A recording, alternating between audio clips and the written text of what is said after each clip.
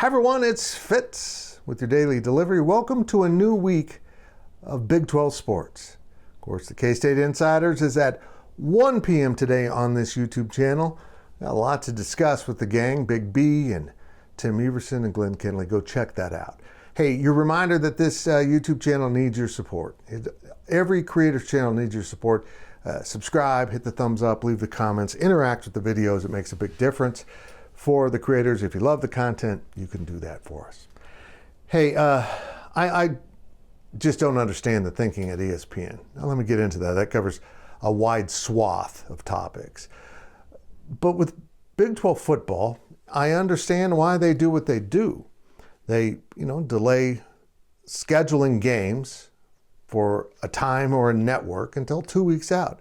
And they've got 4 weeks a year where they and Fox can declare it a 1 week turnaround and essentially not announce those times and TV platforms until the Saturday night, Sunday morning before the games.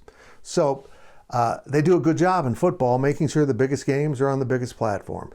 And in basketball, well, they decide what the biggest games are before the season even starts. Doesn't make sense to me. And I'm sure there are good reasons why ESPN does it.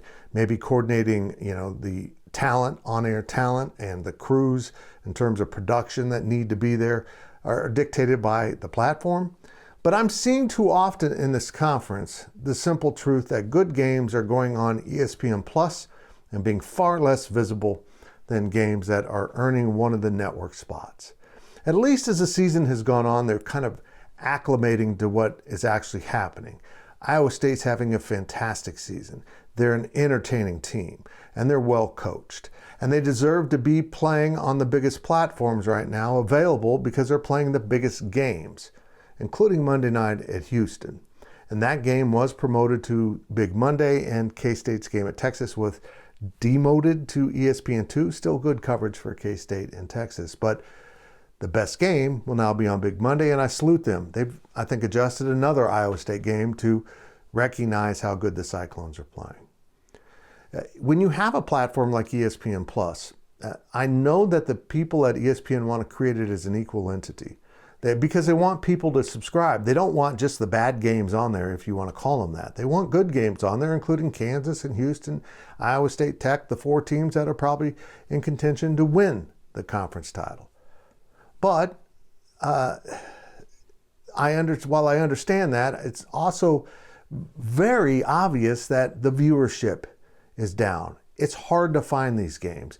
The ESPN Plus platform, even though they call this the Big 12 Now games, doesn't have a breakout for the Big 12 that I've found, or at least is easily visible for viewers.